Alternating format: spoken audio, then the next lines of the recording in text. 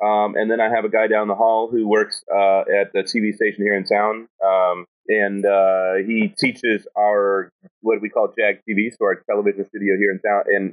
And they're the number one high school TV studio in the state. And so he's like, Kenny, this is what you need to do. You got to get on Twitter. You got to do this. And so he's constantly pushing some things out there for us. And when people like that love your program, it makes it a lot easier because I don't do a lot of it.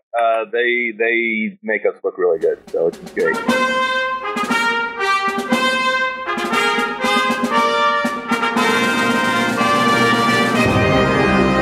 Hello, everyone. Welcome to Everything Band, a podcast that features conversations with composers, conductors, and performers of music for winds and percussion. My name is Mark Connor. I'm a composer, and this is episode 37. My guest for this episode is Kenny Hansen. Before we begin, I'd like to thank all of you for listening and for your support. If you're enjoying these interviews, please do me a favor and spread the word with your friends and colleagues. Now, on to the episode. Hi, Kenny. Hi, how are you? Great. Thanks for joining me. Absolutely. Thanks for having me on today. Absolutely. So can you tell the listeners who you are and what's your background? Absolutely. Well, I'm Kenny Hansen. I'm a director of bands at Blue Springs South High School. I'm in my 6th year here at Blue Springs South. Prior to this, I taught for 1 year in the Rockwood School District in St. Louis. And then I taught for 2 years in Union High School down in Oklahoma, in Tulsa, Oklahoma. And then I started my career in Odessa, Missouri. For 11 years, I was the director of bands there at Odessa. So can you tell the listeners about the program at Blue Springs? I know you guys just were in the finals at BOA. Yes.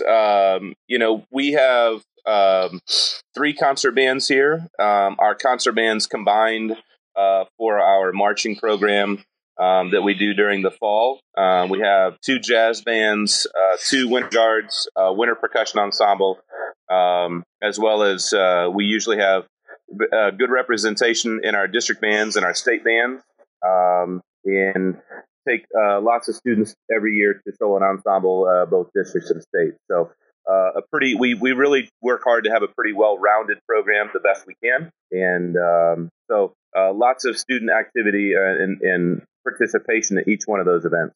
Yeah. So do you want to talk about the BOA experience? Yeah. Well, here on the South Side, we went to the Indianapolis Super Regional, and we finished our highest placement ever. We were 13th in the finals in the Indianapolis Super Regional. So for us, we just started doing Super Regionals. This is our 2nd time ever participating. So a lot of times in the BOA world, you kind of have to get there and kind of experience it a little bit to be comfortable in that situation. And our students had a chance to be in the dome there in Indianapolis for the first time. We were in St. Louis a year ago, and so they felt, you could just feel they were much more comfortable being in a dome and participating. And they'd really, it's when you go to those kind of events, you know that all the other bands are really, really good. So it really brings out the best that you have if you're prepared. And this year we felt very, very prepared. Our students were very comfortable and just really had a magnificent run in prelims. And in those kinds of big events, whether it's Grand Nationals or Super Regionals, it's really everything is built off of one prelims run. And if it goes really well, then you get a chance to do it again. That's if people like you. So it's very challenging that way. So was this your first visit to the finals?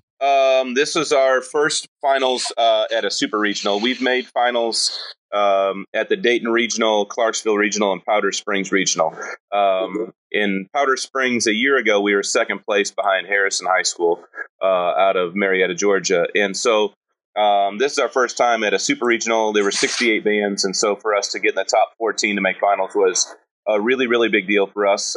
There were some really fine bands that didn't make it, and so our kids felt very fortunate, and I think we took the opportunity very well. So yeah. No, congratulations on that. Yeah, thank you. Yeah. So what do you think the marching program does for the overall program as a whole? Well, the beautiful part about marching band, the way that it happens here in the Blue Springs district is there's a lot of summertime parts of the marching band because our school year, the marching band's in 4 different classes. So we never, during the school day, we're never meeting as a marching band. So the beautiful part here is that our summertime togetherness, we do about an extra week compared to some of the people that I'm aware of here in Missouri. A lot of people do a 1 week or 2 week camp, and ours is usually a 3 week camp. And during that time, it's just a great opportunity for our kids to get to know each other. They're around each other for 6, 7, 8 hours a day. They're eating lunch together. And, they, even on weekends when we have time off, a lot of times they're doing get-togethers. And so it really brings the whole community of band students together and figuring out how to work together and, kind of who the new strengths are. And wow, there's students who last year they were pretty average and this year they're spectacular, and watching the growth. So it's really a fascinating time from many facets. But what it does for our students is it really galvanizes them as a full unit and a team and understanding what our kind of common goal is. Because once the academic year starts for us, being so spread out and split makes it hard to kind of have that same family sense and that same cohesiveness. So that for me and for our program here, that's more than anything else. It just is that time where we really figured out how to be together as one unit and understand this is our program and it's going to be as great as we are. One of the themes of my show is the idea of community in the concert band world and community in the band world and a sense of belonging. And so that band camp sounds like that's what it really does. It kind of builds your chemistry in the group. Totally. Well, because what happens is, we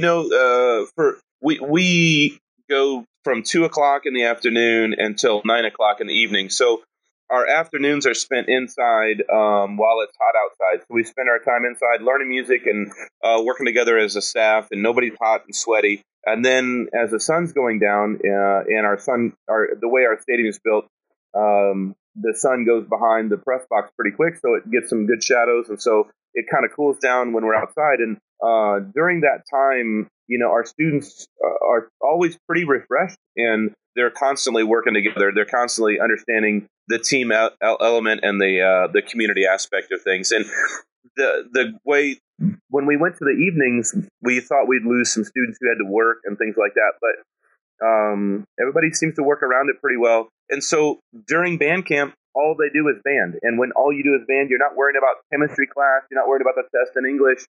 You're worrying about how to play the trumpet or how to play the flute or what to do on the snare drum. And that just helps tremendously with our program. And it's just a pretty singular focus. And it's a really, really good time to build that community. Yeah, it sounds like it. So what about your staff and your student leadership? So let's see. This year we have 3 drum majors, and then in almost every section this year we went to 2 section leaders in each section to kind of, one is kind of more of like the attendance and keeping track of who's in, who's out. We have the way that we've built our program here on the south side, we have swimmers, divers, there's volleyball players, soccer players, football players that sometimes we know, hey, they're going to miss the first half an hour, or tonight there's a volleyball game, so so-and-so's out. So our leadership is built where we kind of have one person who's kind of the attendance person keeping track of the personnel and what needs to take place. And then there's kind of another student who's more involved with kind of the teaching pedagogy or running a sectional or kind of keeping track musically and visually of our sections. We have myself, and there's an assistant here at Blue Spring South that runs the percussion. And then we have 2 middle schools, and both of those have just one director per middle school. And so those 2 middle school directors are on our staff as well. And then we have 3 other people who come in and work on Tuesday nights and Thursday nights with our wind section. And then we have 4 people that come in and help with our color guard program. Never is it all 4 at the same time. It's one person, and then kind of 3 people kind of rotate. And then we have a couple of folks who come in and help our percussion section as well. Wow. And so how many students total in the program? There's about 185 right now in the high school. We look to build, I think, in the next couple of years, probably getting around 220 within the next 2 to 3 years. Do you, I would just want to circle back to the student leaders. Do they do extra work before band camp starts? Do they have their own? We start with them. We go through kind of a training process in April after we get through State Festival, April and then early March, where we kind of talk through this is how to be a leader. This is what we want to do. Then they have an interview process with me and the assistant. And then we kind of start working through kind of some mock, like here's how a sectional would work. So we kind of bring everybody in and we let them kind of work together with the other student leaders and kind of here's how to run a sectional. This is what we would do. Here's what we would not do. Those kinds of things. Do that normally before the end of school or early June.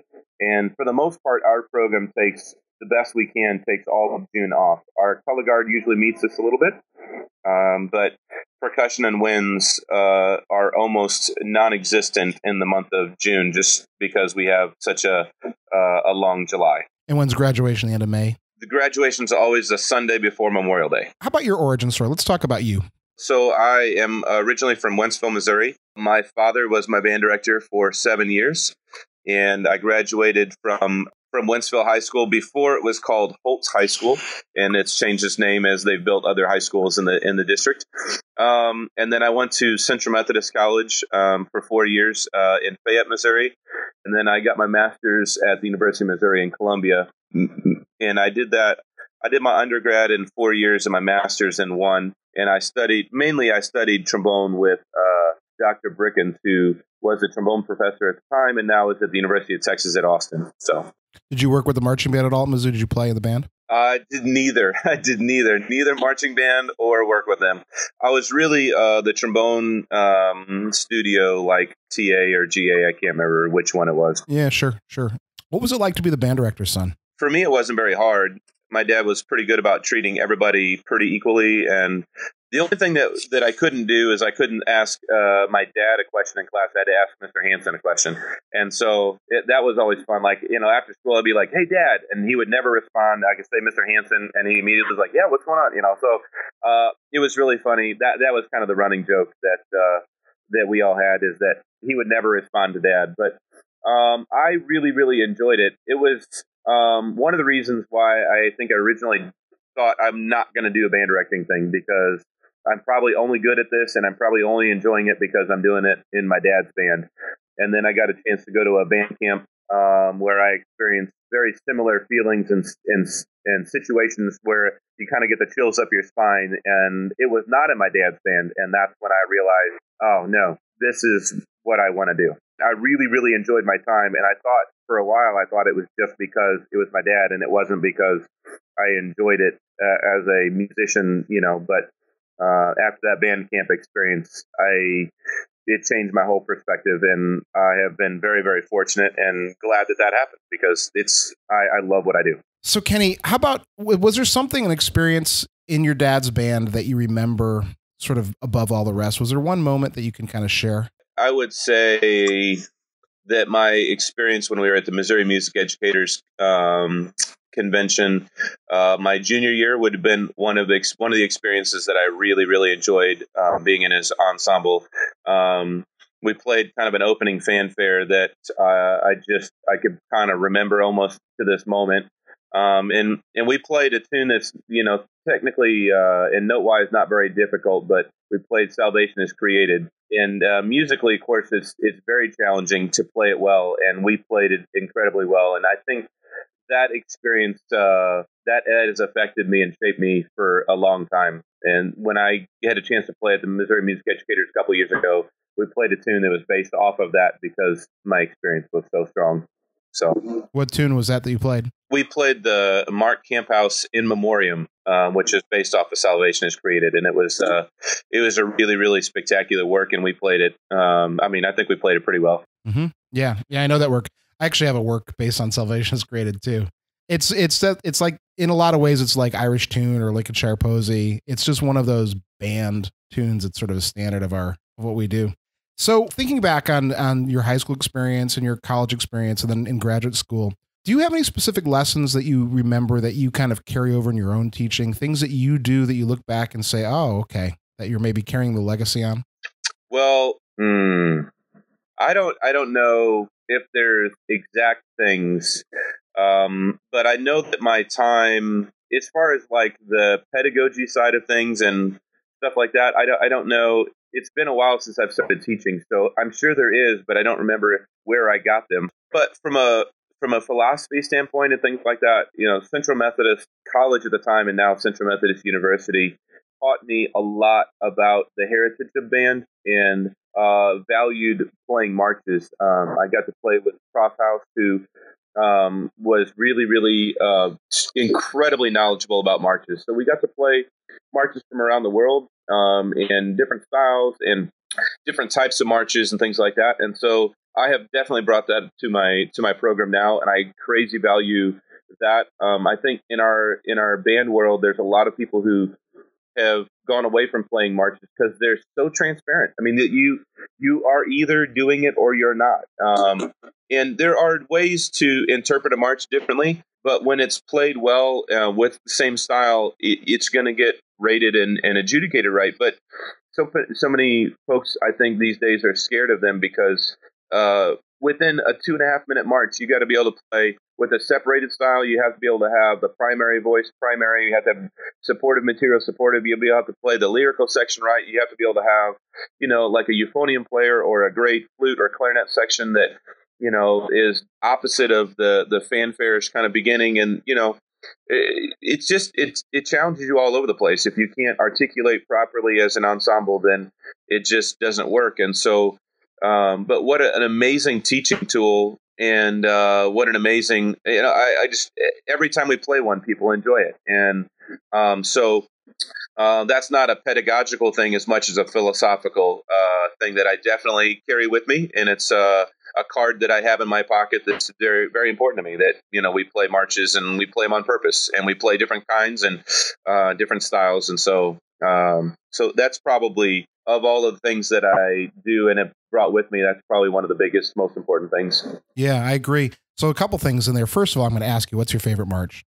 Oh, man. My favorite is still "He Does Not Yield to the Sun" by Blankenberg. I played it several times in college, and it's absolutely, I just really, really enjoy it. Okay, I don't know that one. I'll look it up. I'll listen to it. Yeah, it's that was a Prof House special. He brought that, and then our friend who's a Central Methodist guy, Andy Glover, has an arrangement of it, and so you can check that out. Yeah, I need to get Andy on the show. Andy would be amazing on your show. Yes. Yeah. I'll see him in Midwest, and I'll ask him. Yeah.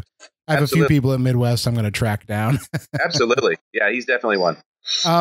So I want to ask a question. I don't want you to throw anyone under the bus, and I want you to kind of, be careful with this. But you mentioned that some people are scared of the march. Is this symptomatic of a larger problem where scores are more important than the music? And that's a hard question to answer. I know. Okay. I've taught long enough that I probably should be more politically correct. I think, however, that so many people go to state festival, and when they're being evaluated, I think they're unable to disconnect themselves from their ensemble from the standpoint of really knowing what their ensemble is actually doing rather than what their ensemble was intending to do. And so I think their intention is to play with great style and clarity. And so they've gone to the festival and had a march not adjudicated well, in their opinion. And instead of looking at it from a standpoint of what should I have been teaching better, they have decided that it would be better to play something that people don't know because it's safer. And when people know it, they have their own evaluations and interpretations about it. And so I think more and more people have moved away from the march because it doesn't matter really, for the most part, if you play an American march, it doesn't matter what the composer is or, whether it's Sousa or King or Bennett or, any number of composers. A march is a march. And again, like I said, the thing is, it's so transparent. And much of our music, the way the contemporary music is these days, there's a lot of hidden things in there. So if your clarinet section's not very good, it's okay because it's a vibraphone or a marimba that's playing the same part. And so you can hide the fact that there's clarity issues. In a march, there's no place to hide. There's nothing covering it up. And that transparency it really demands a lot of the teacher.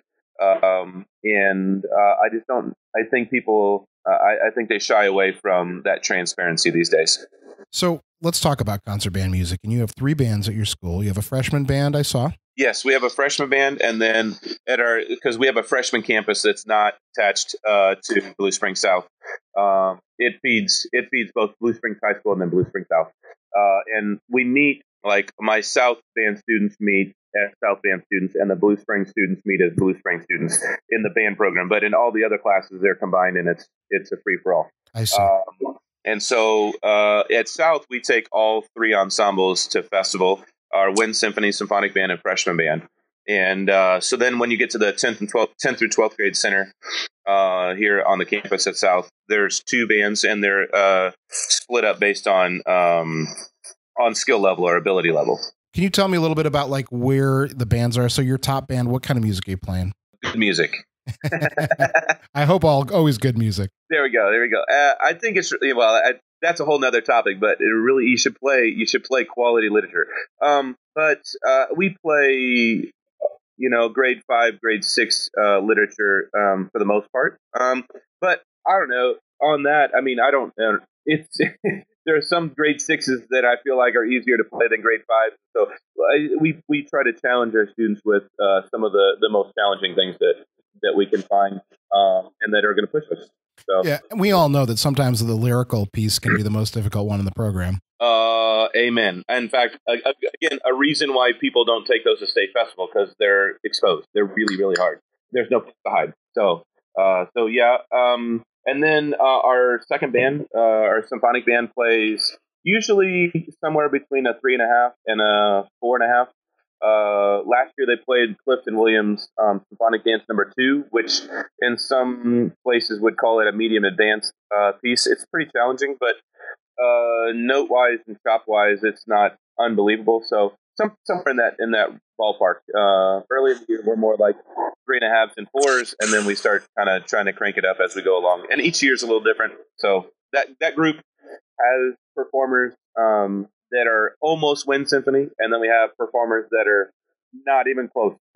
So that's probably the hardest group to teach and program for, because there can be a pretty wide discrepancy even in sections. Yeah. Our freshman band plays literature because of the way that is structured there. For the most part, we stay right around 3 or 3.5 for most of the grade level for our freshman band, which people around the world or around the state would probably be like, oh, my freshman band plays harder music, which is fine. We play it really, really well. And my focus there is about trying to play music that we can play as perfect as possible, trying to understand and help them understand the value of playing something absolutely right, not just pretty close, not nearby.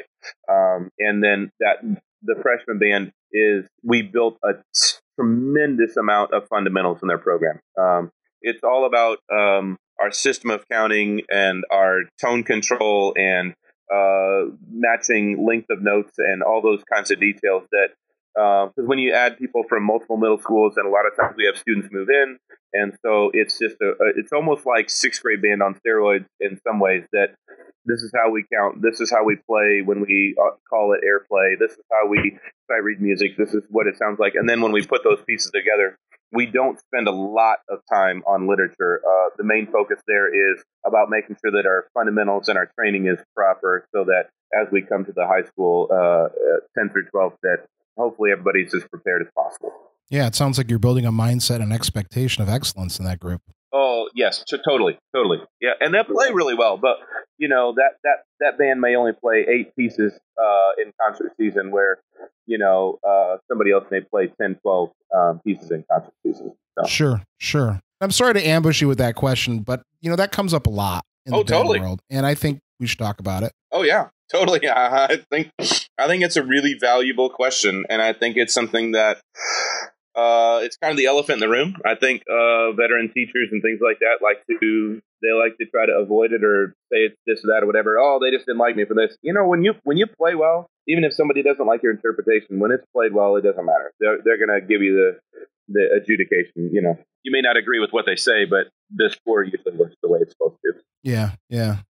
I'm a composer. I write graded band music, and there's no question that it's a really tall task to hit that mark where it's pedagogically sound, musically sound, the whole bit. And not every piece hits that mark, and there's some music out there that's not as successful as others, and that's okay. What's really hard for us is when we have a piece of music, especially in my symphonic band, if there's a piece of music that pedagogically or range-wise takes an instrument to a really hard place, like takes the flute in a really low range and has the alto sax being the support material for it, and you can't play loud enough on the flute because it's just so hard, like those are the things that are really challenging here, because I can't, because even though it's a grade 4 piece of work, it needs a grade 6 musician to pull it off.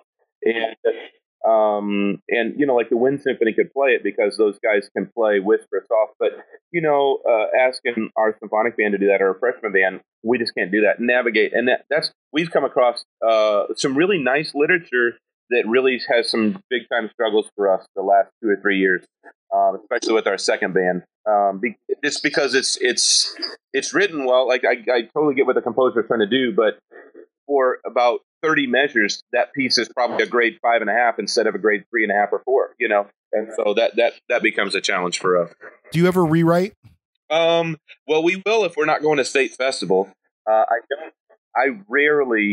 am so old fashioned. If the note's on the page, man, I'm going to run through that wall the best I can, to make that happen. And most of the time we get there. I just have to go at it a couple different angles, but yeah, that's another topic that has adherents on both sides. Some people believe that they're the channel for the conductor, and some people believe that, you're the teacher and you have to do what's best for your kids.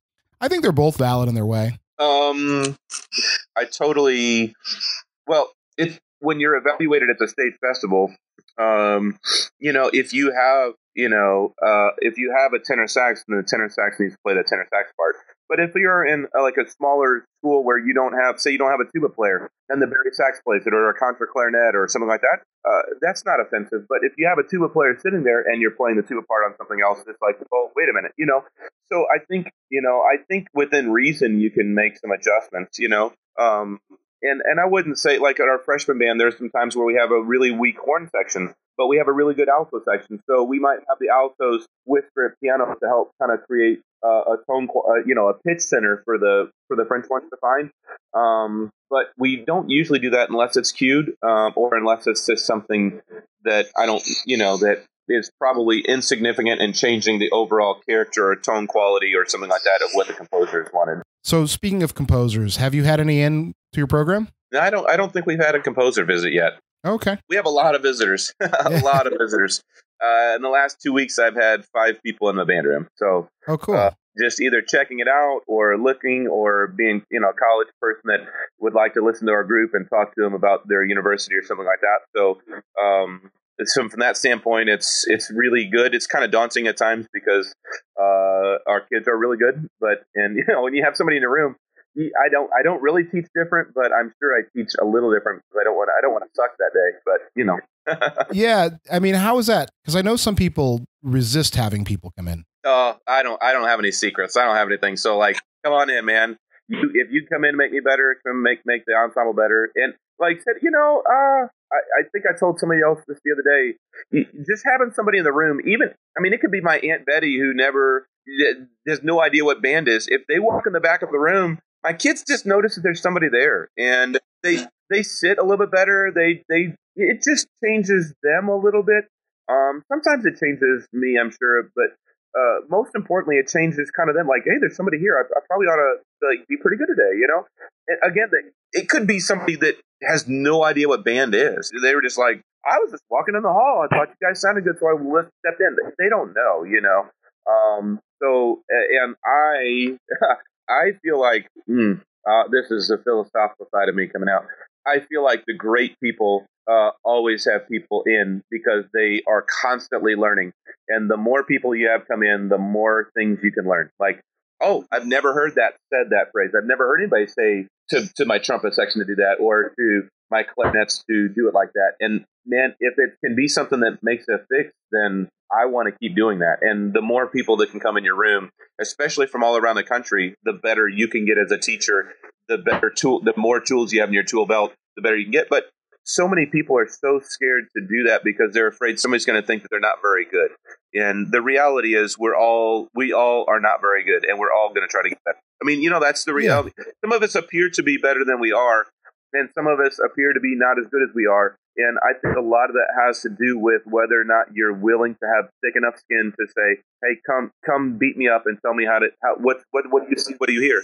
And the great ones, I think, are willing to do that more often. So. Yeah, I think so. You have to be willing to take a little bit to grow. You have to be willing to fail a little bit. Absolutely. So let's talk about your social media and web presence. I know we talked just very briefly when we first connected, but for the listeners, your website, and I'll link it in the show notes and I'll link the YouTube channel. It's really exceptional. You've got a ton of resources there. You've got videos, you've got a hype video, you've got all the information for anyone who's an outsider who wants to know about your program. Can we talk about that? Let's do it. So I have on our staff, one of our woodwind technicians and visual technicians runs some website stuff, also does a lot of photography things around the area. And she has kind of helped spearhead and getting our website up and rolling and user-friendly, because when I first got here, we had a decent web domain, but we couldn't get around it. It didn't make sense, and nothing was really updated. And so we've really tried to put some resources into, not monetarily, but just time-wise and good people that want to give back to our program. So that has helped. And then I'm great friends with we call it Jag TV here because we're Jaguars. And so down the hall, our TV studio is run by a teacher that is also works at one of the news stations. He's actually a meteorologist in town. And our our TV studio down there was rated last year as the best in the state. And he really likes the band, and his kids kind of came through here. And so he has really helped me develop into what we need. Our Facebook presence, our Twitter presence, constantly putting things out there, and what kinds of things. I think that's also important. He's like, I'm the band director, so I want to put out like, hey, here's a good clarinet sound. He's like, Kenny, people don't care about that. What they want to know is they want to see this kind of thing and that kind of thing. And so it's changed my perspective of what maybe people would value and think. So that has helped us a lot. And he is really the builder of our YouTube channel. He videos at every event that we have. And he also helps video on our evening rehearsals, our Tuesdays or Thursdays. He comes and records and then puts those out for our staff and the people that are designing from around the country. So we send that out and say, hey, how do we get better? This is what we're doing. And so at the end of every season, he kind of puts together a little finale of our season and stuff like that. So he is crazy involved, and we are super, super thankful to have those folks on board. But I think over the last 6 years especially, I've learned a lot. Here's some things to put out there. Here's what it is. And this is stop being a band director, because this is what people really want to see. And I was like, okay. So that's helped us a lot. Okay, so aside from the fact that I would watch the clarinet video. Yes, right. Do you have any, like, maybe actionable tips that someone without a meteorologist on the faculty might be able to implement? Well, what he has kind of taught me is that we kind of want to take away from catching the face of just a particular student and trying to catch the action. And it's okay to record early in the year. A lot of times I want it to be perfect. So I was wanting to catch like late in the season and, hey, here's the moment where it's finally good. And he was like, stop, Kenny, you just need to catch them and find like a small section or a group and kind of take that group and then kind of pan into an individual and then kind of move your way back out so that people can kind of understand the presence of what the group activity is doing, and then into like an individual and back out. And those are kind of some of the details that I don't think I understood when I first started. Yeah, no, it's really cool. I've been perusing your stuff all morning, and boy, it's just impressive. So congratulations to you for that. And so what do you think that does for the band and the community and among maybe recruiting students who want to be a part of your program?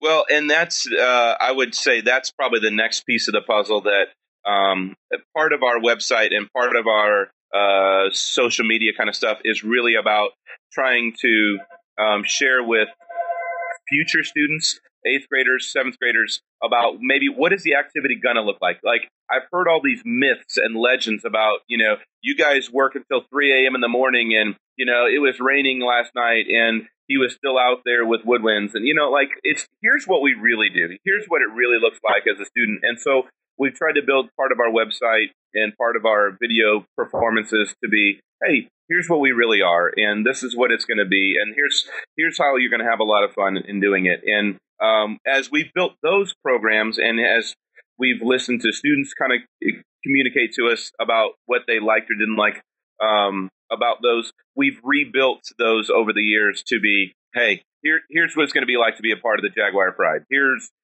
what it's going to feel like. This is some of those moments. See the smiles. You can see us working hard. But it's really about the family atmosphere and the activity of marching band. And it's not scary. Like, I think when you get to be a really good program, I think people are scared because they feel like they're not going to be good enough. Like, well, I couldn't do that. They play a lot of notes and they move a lot, and I'm not very coordinated. Like, hey, just so you know, most of these kids weren't coordinated 6 months ago. And so I think trying to help them understand that that they're going to be able to do it like everybody else is part of our recruiting atmosphere, and that's one of the reasons why we wanted to have the Facebook area and some of the YouTube videos that we have. Yeah, I'll link all this stuff.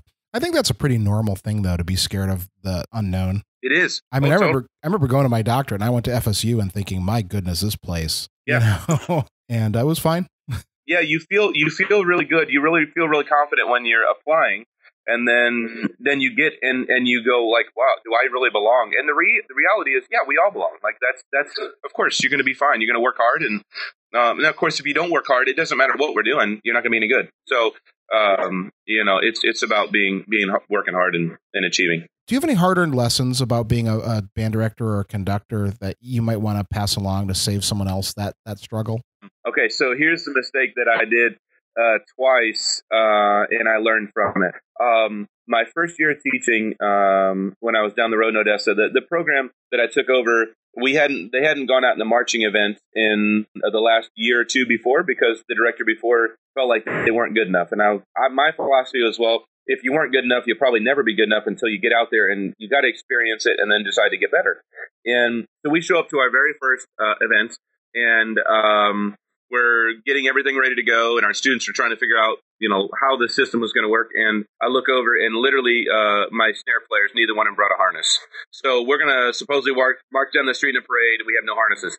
So that was bad. And luckily I was in Missouri, and people were nice. And so somebody let us borrow harnesses and do our parade stuff. And that was fine. And that was a really hard lesson. Like, you probably ought to check on your percussionist, right? So let's fast forward about 6 months later, and we show up at State Festival. And before we have left, I have double checked. Hey man, we forgot harnesses. Do you guys have everything? Yes, Mr. Hansen. It's all right here in this box. We got it in the bag or whatever. We've got this little thing. And so we get down, and we're getting ready to walk over to warm up. And then here comes my lead percussionist, and he goes, so the good news is we have all of our sticks and mallets are in a bag. And the bad news is we didn't bring the bag with us. So hard lessons, I would make sure that you have a actual responsible person to bring your percussion equipment with you.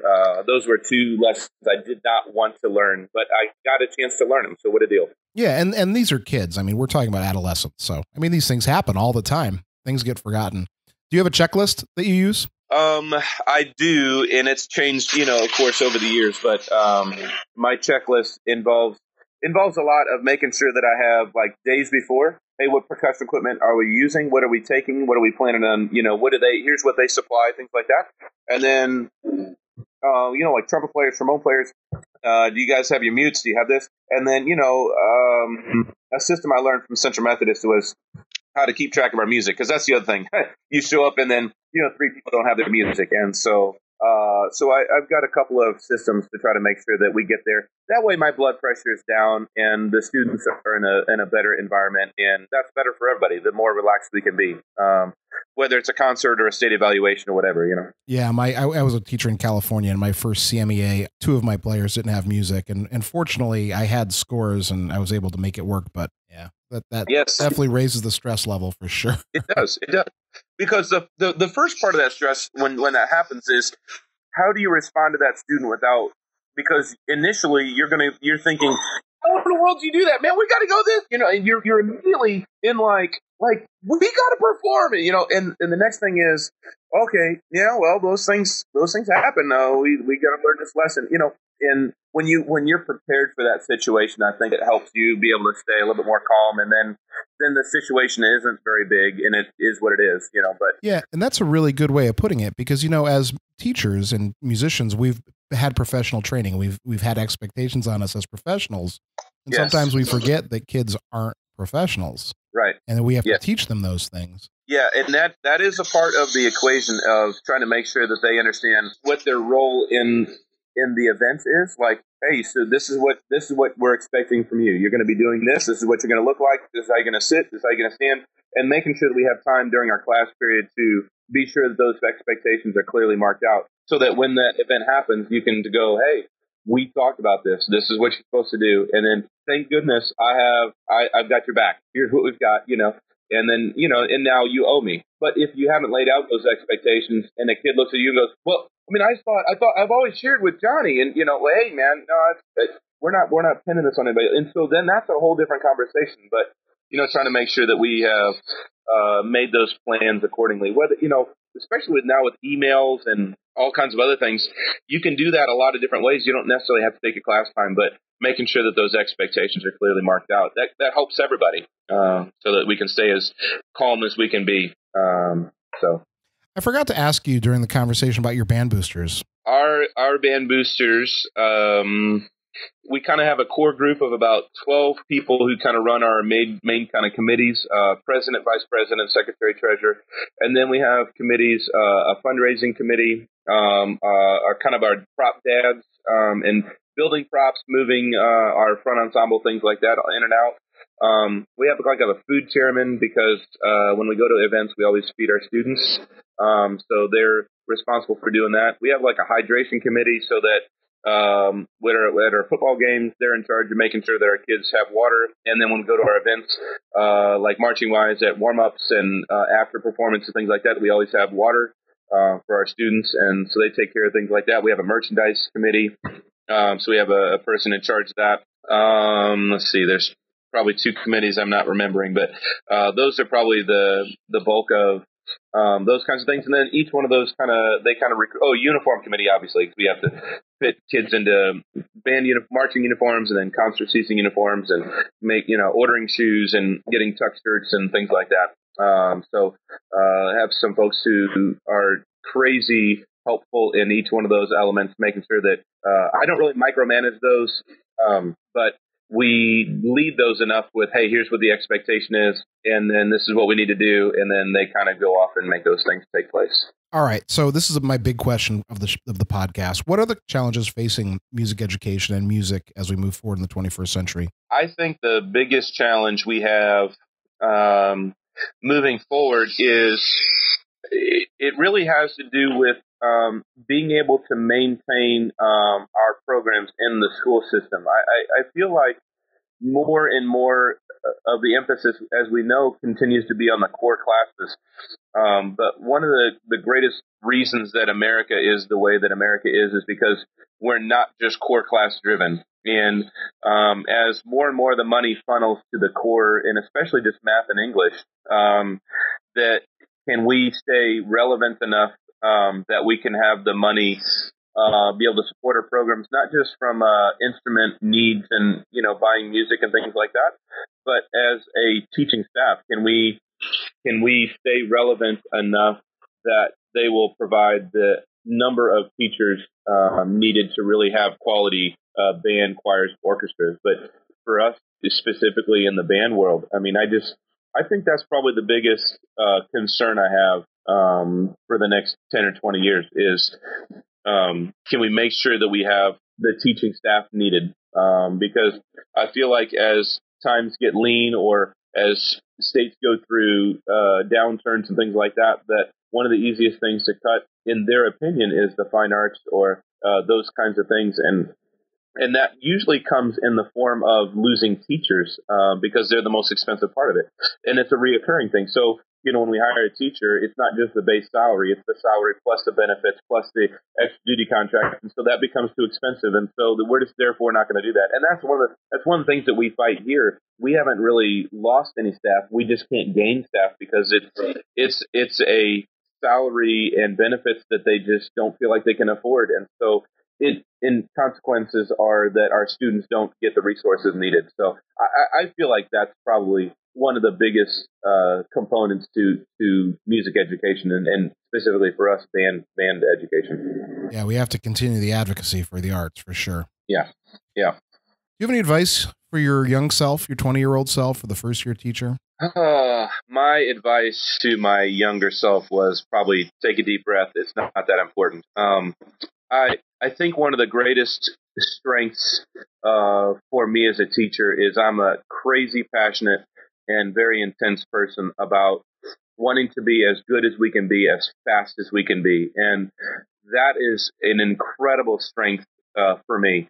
It's also probably my biggest weakness is that being able to have the patience to understand that it is going to take some time. Get there as fast as you can, but understand that the pace that you get there, it's okay if the pace is just a little slower than you think it is right now. And that we got to be really good in my stop in Odessa because I was getting there fast.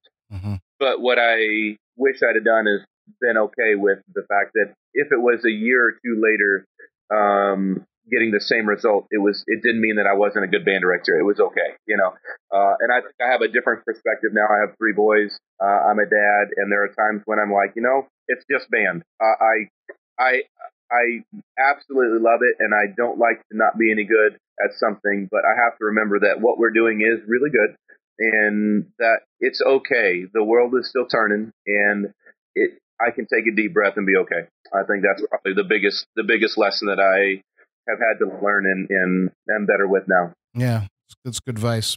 All right, so I used to ask everybody what their favorite work for wind ensemble or band was. Oh boy. Now I ask, if you had one last piece to perform to conduct, and you knew it was your last piece, what would it be? I think for me it'd be Elsa's Procession to the Cathedral. I think I'd like that to be my last resonant moment. That release that happens. I'm a trombone player, so listening to the cascading horns and the trombones and things like that coming down through, I think would be a magnificent experience. I would say that for the moment, and I stand to be able to change my mind about 14 more times. Is there anything coming up that you'd like to share or promote, knowing that this has a long life, and so people may listen to it in a year? I don't think it's official yet, but I think this ensemble gets a chance to perform here locally at one of the best venues in the Kansas City area in early March. And if and when that comes through, watch out for the website because I think the Wind Symphony gets a chance to do something really cool. Hey, I forgot to ask you about the Cherry Blossom Parade. So you're taking the band to D.C. Yes. Yeah, we're in a week after we go to State Festival. We are in the Cherry Blossom Parade in Washington, D.C. So that's cool. Back-to-back weeks. And we're excited. And we're excited because we're going to play the National Emblem March coming down the street. I love that march. It's a lot of fun to play. And I think coming down the street in D.C. is going to be a lot of fun playing it. But in addition to that, we get a chance to play for the retired Air Force officers. I think it's called Falcons Landing. And we get a chance to, we're planning to play the pieces that we play at State Festival. We're going to get a chance to play for them and, Armed Forces salute kind of things and stuff. And I really look forward to those 2 performing opportunities for our students. They'll be so significantly different. One where the office, it's not a great venue. The facility isn't unbelievable, but playing for veterans and that are 10 feet away from you and trying to play really, really well and have them, from what I understand, they're very appreciative of high school students and what we do and stuff. So that should be a really intimate and quaint kind of a experience. And then to turn around like 2 days later and get a chance to walk down the street with, people piled 4, 5, 6 people deep and, cheering for, how great of a nation it is. No matter who sits in the White House, no matter what the Congress does, this is the greatest nation in the world, and get a chance to perform there, I think is going to be really special for our kids. Mm-hmm. Yeah, it sure will. They'll remember it. It's a memory they'll always have. Yes, and that's totally. Really what we're trying to do, right, for these kids. Absolutely, it is totally.